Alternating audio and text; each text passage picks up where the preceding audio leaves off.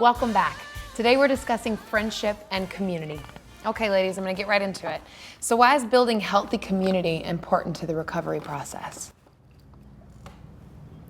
I would say, honestly, if I could offer one thing to someone, therapy, blah, blah, blah, all, pick the gamut, I would say healthy community for me has been one of the most vital things in my recovery journey, because it's helped me to learn how to trust, how to know and to be known, how to love and receive love. Being in healthy community has helped me learn what safe people are and who safe people aren't. And men and women? Men and women, absolutely, men and women.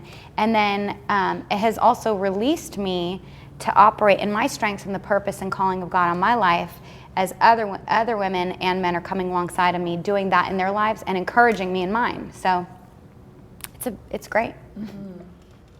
I'm very much the same. I think for us at the Hope Foundation, and now we've got, the Hope Haven, the drop-in space, and it being open Monday to Friday from 10 till 2, and you have lunch every day at 12 o'clock. So we've got women who come in who have had completely dysfunctional upbringings, so they don't realize that it's a cool and a respectful thing to do, to take your own dish to the kitchen.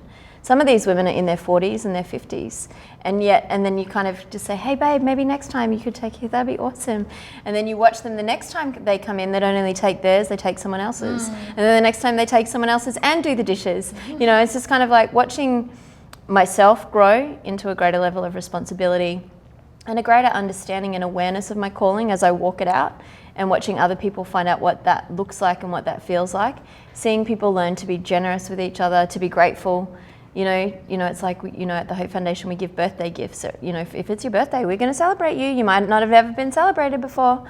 And so, we throw parties, we have, balloons, and they get presents. And it's like, they're like, oh, wow. And watching the other women celebrate the other women, I listen to their chit chat over lunch. I'm just like, man, this makes my whole life make sense. Yeah, it's a joy. It's incredible. I think it's so interesting, Bronwyn, your relationship with Harmony, being that you guys are on opposite corners of the entire planet, and yet at different times in your recovery journey, both came up with almost the exact same tagline for the organizations that you lead. Yeah. And so to me, there might be a viewer out here who may be building a relationship that's not even in her own city. So can you just speak a little bit to that for us? I love having a kindred spirit on the other side of the world, and a lot of our life journey has been the same, and a lot of our journey after becoming Christians has been the same. A lot of our journey as people in ministry has been the same. And it's like, I can Skype her with tears streaming down my face, knowing that my words are not going to make any sense, and knowing she's going to be on the receiving end praying for me. And I'm like, because there might be people in my inner circle in Brisbane who are like, well, I lead them, they're going to think I'm a basket case, and Harmony's my safe place. Yeah. And I think how beautiful is God that he could do that in Los Angeles and Brisbane.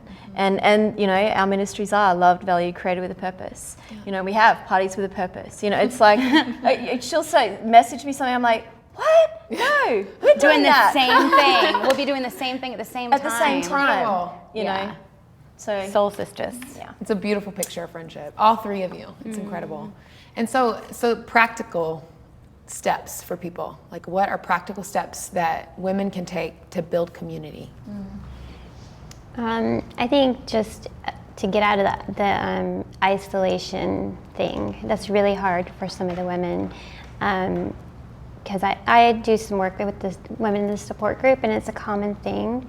And they find, in the beginning, also in the beginning of my journey, is that I could only talk to people who've been through what I've been through. But now I'm in a different season, a different place where I can talk to anybody. But in the beginning, it was like breaking the isolation and being around people who have been through it. And then that kind of, as it went along, helped me to, transition into having other friends that haven't been through it, and relating to people who haven't been through it. I think for me it's been authenticity, being honest and vulnerable about the journey. Like, I wrote a book that came out a couple of years ago called I Have Issues, Don't You? And it was kind of like, everybody does, and we all need to admit that we do. Totally. In a healthy way, like Harmony said before, with safe people, and in a wise way, not just like, I've got issues, I'm a mess, but doing it in a way that's vulnerable and authentic breeds authenticity. Yeah. So then people feel like they can come to you and they can say, you know what? I've got issues. You're like, some of our women joke with me and say, Bronwyn, I've got issues, and it's fine to come to you because you wrote the book. It's like, it's fine. It's just, I'm a safe place to come to. But finding authenticity, finding vulnerability is rare. Yeah. Whether you've come from the sex industry or you're a human, I agree it's with that. like, and when you find it, that's, what I do across the globe with Harmony. It's like, it's sacred. I'm going to treasure this. This is worth everything. And, I know that they do that at Treasures. And for us as a ministry, it's being consistent. We send text messages out to over 70 women a week. We might have 20 of them come through the doors, but 70 of them get the message. Because it's like, you matter to us, whether you can come, whether you're 2 hours away, 2 minutes away, you matter to us. And so being consistent as leaders as well. It's very good. And then just, if I could ask, has church played any role in building community in your life? Oh my gosh, absolutely. Some of my healthiest, safest friends I've found at church, and also found men who have been able to model to me what it looks like to be a man who honors women and who respects them. But at the same time, I think going into church initially, I thought, well, I should be able to trust everybody because this is church, and this is very Pollyanna and naive of me. I should know better. I'm from the streets. But someone recently said something that really helped me, because I feel like I'm still figuring this out to an extent, but that there are kind of 3 levels of relationship. There's the acquaintance. It's like, how are you? How's the weather? The weather's fine, great.